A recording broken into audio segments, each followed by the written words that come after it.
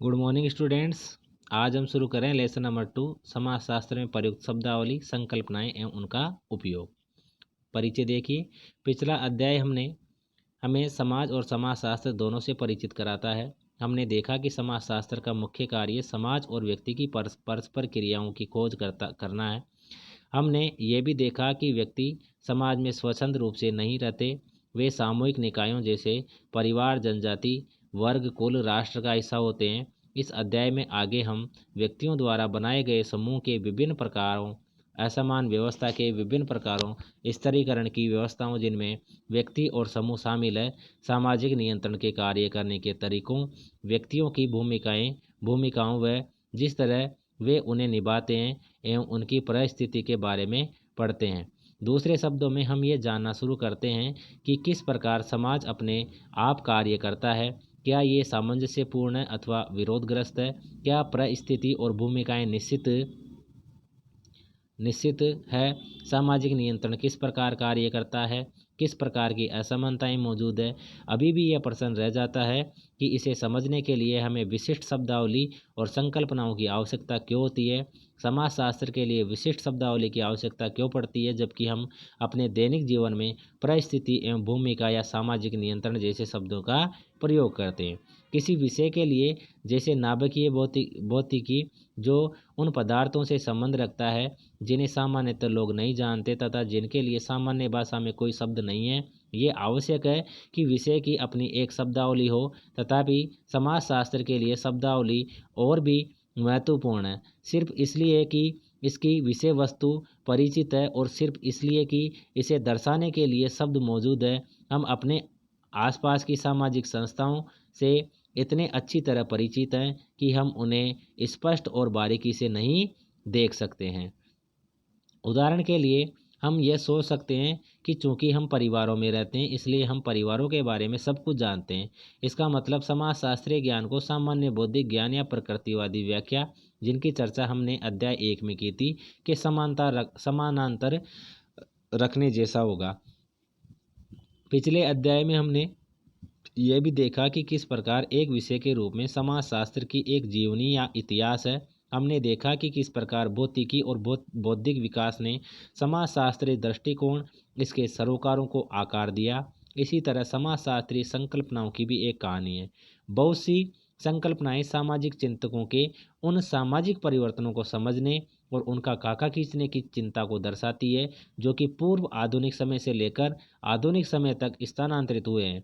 उदाहरण के लिए समाजशास्त्रियों का प्रेक्षण है कि सरल, छोटे और परंपरागत समाजों में घनिष्ठ, अक्सर आमने सामने की अंतःक्रिया होती है और आधुनिक बड़े समाजों में औपचारिक अंतःक्रिया होती है। इसलिए उन्होंने प्रारंभिक समूह को द्वितीयक से और समुदाय को समाज या संघ से पृथक किया। दूसरी अन्य संकल्पनाएं जैसे स्तरीकरण समाजशास्त्रियों की समाज के समूह के मध्य की संरचनात्मक असमानताओं को समझने के सरोकारों को प्रतिबिंबित करती है। संकल्पनाएं समाज में उत्पन्न होती है, तथापि जिस प्रकार समाज में विभिन्न प्रकार के व्यक्ति और समूह होते हैं, उसी प्रकार कई तरह की संकल्पनाएं और विचार होते हैं। समाजशास्त्र स्वयं समाज को समझने के विभिन्न तरीकों एवं आधुनिक समय द्वारा लाए गए नाटकीय सामाजिक परिवर्तन पर दृष्टि रखने के लिए पहचाना जाता है। हमने देखा कि किस प्रकार समाजशास्त्र के उद्गम के आरंभिक चरणों में भी समाज के बारे में प्रतिद्वंदी और विरोधी समझ थी। यदि कार्ल मार्क्स के लिए वर्ग और संघर्ष समाज को समझने की मुख्य संकल्पनाएं थी, तो एमिल दुर्खाइम के लिए सामाजिक एकता और सामूहिक चेतना मुख्य शब्द थे। द्वितीय विश्व युद्ध के बाद समाजशास्त्र संरचनात्मक प्रकार्यवादियों से बहुत प्रभावित हुआ, जिन्होंने समाज को महत्वपूर्ण रूप से सामंजस्यपूर्ण पाया। उन्होंने समाज की तुलना एक जीव से करना लाभदायक समझा, जिसमें सभी अंगों को समग्र को बनाए रखने के लिए एक निश्चित कार्य करना होता है। दूसरे, विशेषकर मार्क्सवाद से प्रभावित संघर्षवादी सिद्धांतों या सिद्धांतकारों ने समाज को विशेष रूप से विरोधग्रस्त पाया है। समाजशास्त्र में कुछ लोगों ने व्यक्तियों जैसे सूक्ष्म अंतःक्रिया से शुरुआत कर मानवीय व्यवहार को समझने की कोशिश की। दूसरों ने वृहद संरचनाओं जैसे वर्ग, जाति, बाजार, राज्य अथवा समुदाय से भी शुरुआत की।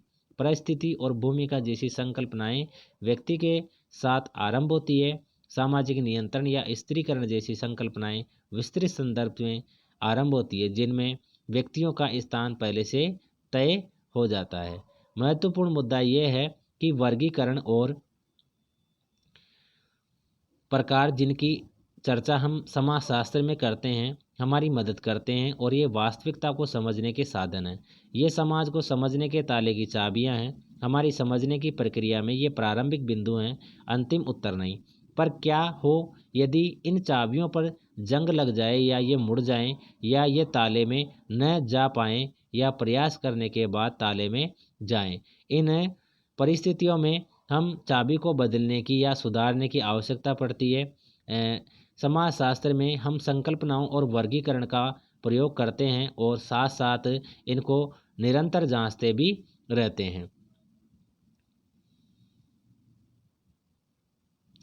एक ही सामाजिक वस्तु के बारे में विभिन्न प्रकार की परिभाषाओं या संकल्पनाओं अथवा सिर्फ विचारों की सह अस्तित्वता के बारे में अक्सर एक बेचैनी रही है। उदाहरण के लिए संघर्षवादी सिद्धांत बनाम प्रकारवादी सिद्धांत, उपागमों की यह बहुलता, समाजशास्त्र में विशेषता बहुत ज़्यादा है और इसे नकारा नहीं जा सकता, क्योंकि समाज स्वयं बहुत विभिन्न रूपों में, अर्थात समाज में क्या है, विभिन्न प्रकार की जो विशेषताएं हैं वो पाई जाती है। हमारे द्वारा आगे की गई चर्चा में आप देखेंगे कि किस प्रकार मतों में विभिन्नता होती है और किस प्रकार इन अंतरों पर वाद विवाद और चर्चा समाज को समझने में हमारी सहायता करते हैं। ये क्रियाकलाप दिया गया है, ठीक है, जिनमें हम विकास के लिए लोकतंत्र की सहायता अथवा एक रुकावट देखते हैं, अर्थात लोकतंत्र सहायक बनता है या रुकावट बनता है। लिंग समानता अधिक सामंजस्यपूर्ण अथवा अधिक विभाजक समाज बनाती है, अर्थात जो लिंग की प्रधानता होती है वो सामंजस्यपूर्ण व्यवहार रखती है या उसमें बांटने का काम करती है। विरोधों को दूर करने के लिए दंड अथवा चर्चा सर्वश्रेष्ठ तरीका है। इन सभी को हम देखेंगे, ठीक है। इसके बाद हम कल से अध्ययन करेंगे आगे का, ठीक है।